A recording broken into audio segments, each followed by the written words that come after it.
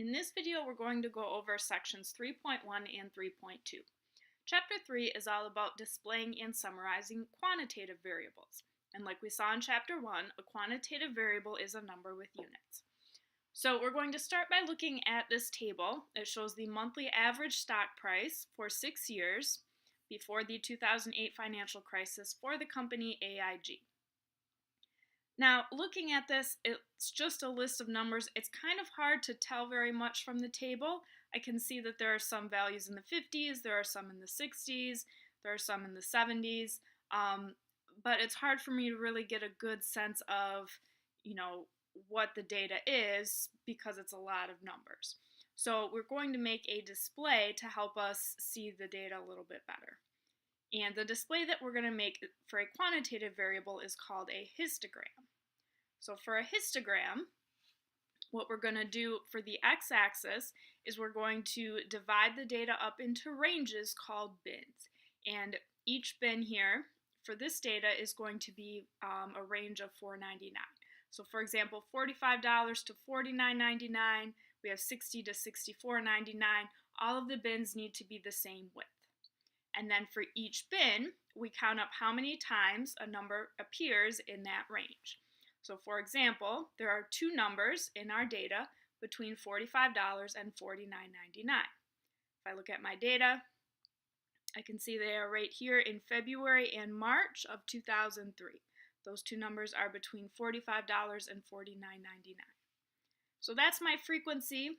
I can calculate the percentage by dividing the frequency by the total number, which in this case is 72. There are 6 years in the chart, and each year has 12 months.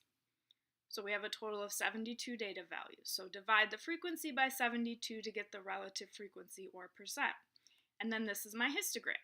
I have the bins along the x-axis, and I have the frequency or the number of months along the y-axis. And then from my histogram, I can tell a little bit more about the data. I can see that the majority of values are between $65 and $70, for example. Now, a histogram is similar to a bar chart, but there are some key differences. The biggest one is that we do not put a space between the bars when we're making a histogram. A bar chart does have space between the bars.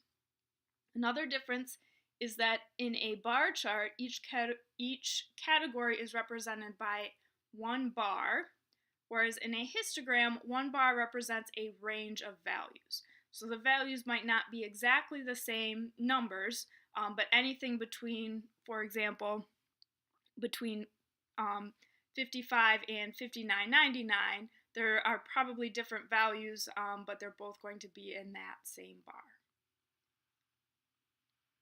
We can also make a relative frequency histogram, just like we did with a bar chart, if instead of the counts on the y-axis, we put the percentage. And so the bars themselves are going to look the same, it's going to have the same shape, I'm just changing my unit along the y-axis. Another way to display quantitative data is with what's called a stem and leaf display. So a stem and leaf display, we break the numbers into two parts, the stem and the leaf. Normally the stem is going to be the first digit of the number or possibly the first two digits. It kind of depends on what types of numbers you're working with. But one digit or first two digits to the left of the solid line.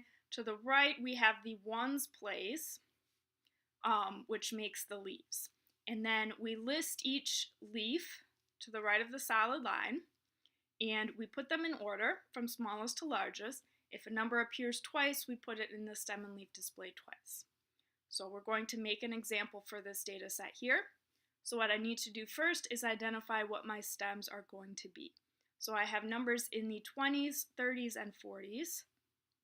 So my stems are going to be 2, 3, and 4 to the left of the line. And then I'm going to write out my leaves. So 36, I would put a 6 to the right of the line, and this represents the number 36 in the data set. We have 21, we have 24, we have 33, 38, 22, 41, and 33. And I'm going to line the numbers up vertically so that I can better see like which one has the most numbers, which one has the least numbers, things like that. And now what I'm going to do is rewrite it so that the numbers are in order. So we have 1 is the smallest, followed by 2, followed by 4.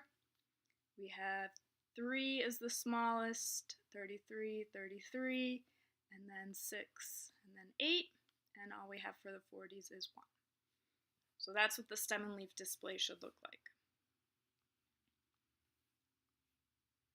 Stem and leaf displays are kind of like histograms in that they allow you to see the height of the bars. They're only turned sideways.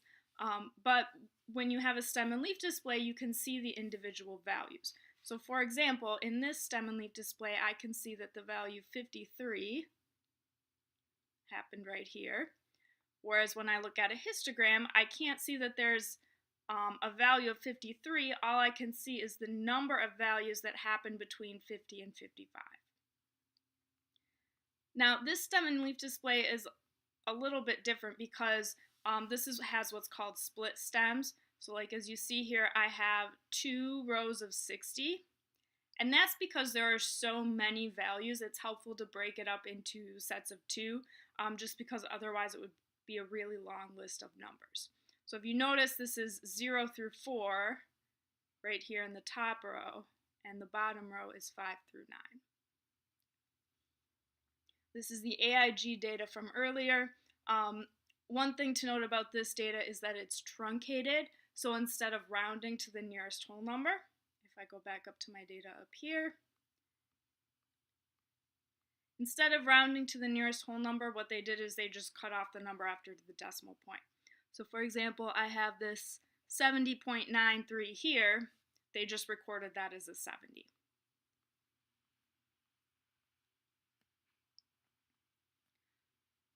So the length of a row is like the height of a bar. So looking at this stem and leaf display, I can see that 65 to 69 is going to be the highest bar, etc. And we need to make sure when we're making a histogram or a stem and leaf display, we have quantitative data. Categorical data cannot be displayed in a histogram or stem and leaf display. Quantitative data cannot be displayed in a bar chart or pie chart. So we want to make sure when we're making these displays that our data is going to work for the type of display that we make. So that brings us to section 3.2, shape. And we're going to be looking next at some different ways of describing a distribution or a graph of data, and we want to pay attention to shape, center, and spread. So we're going to start with shape. One thing that we're going to look for in shape is the modes, which is the highest peak, and we're interested in how many of these peaks there are. We're also going to look at symmetry and whether there are any gaps or outlying values, which are called outliers. So the modes are the peaks. Generally, when we have a distribution, the most common thing that we're going to see is one peak, which is unimodal. 2 peaks would be called bimodal. And if I look at this graph right here, I can see that there are 1, 2 peaks. And if it had 3 or more peaks, it would be called multimodal, but really we're not going to see that too much. We're just going to see mostly unimodal, 1 peak. If there's no peak in the data, then it would be called uniform. So you can see in this distribution right here, we have some areas that it's a little bit higher right here, but I wouldn't exactly call this a peak. The data is mostly evenly spread out, and so that's called uniform. So that's one thing that we're interested in. The second thing that we're interested in is symmetry. It's symmetric if the halves look approximately like mirror images. So they might not look exactly like mirror images, but approximately. If you folded it along the middle, it would more or less line up.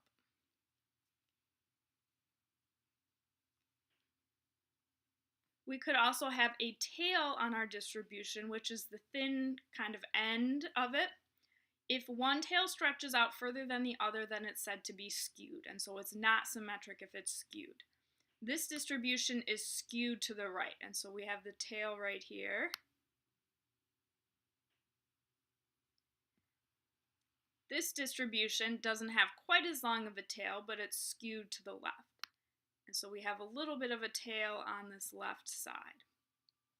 Now, it's important when you're identifying whether something is skewed that you get the direction right.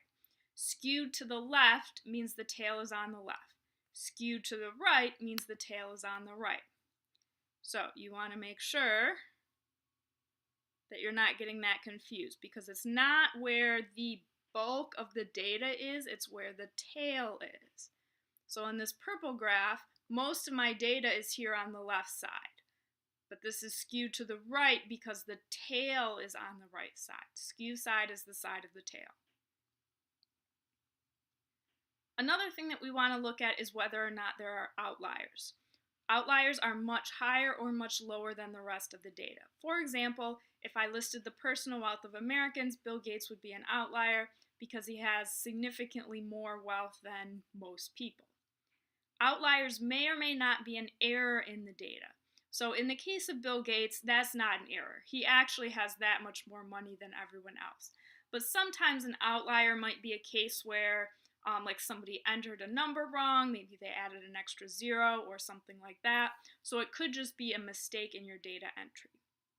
If I look at this purple graph up here, it's a little bit hard to see, but you can see that there's one little value right there in the histogram. So that would be what you would consider an outlier. An outlier usually has space between it and the rest of the data set. So, for example, we want to describe the shape of this distribution, our average stock prices from AIG. So the first question is it unimodal, bimodal, or multimodal?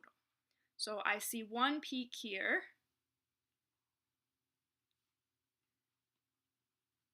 which means it's unimodal.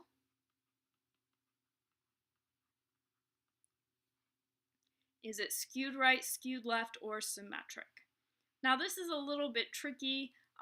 Some of these it's kind of close to symmetric or skewed. Sometimes it'll be a little bit more obvious. But I would say for this one that there's a little bit more of a tail on the left side than on the right side. So I would say it's slightly skewed left.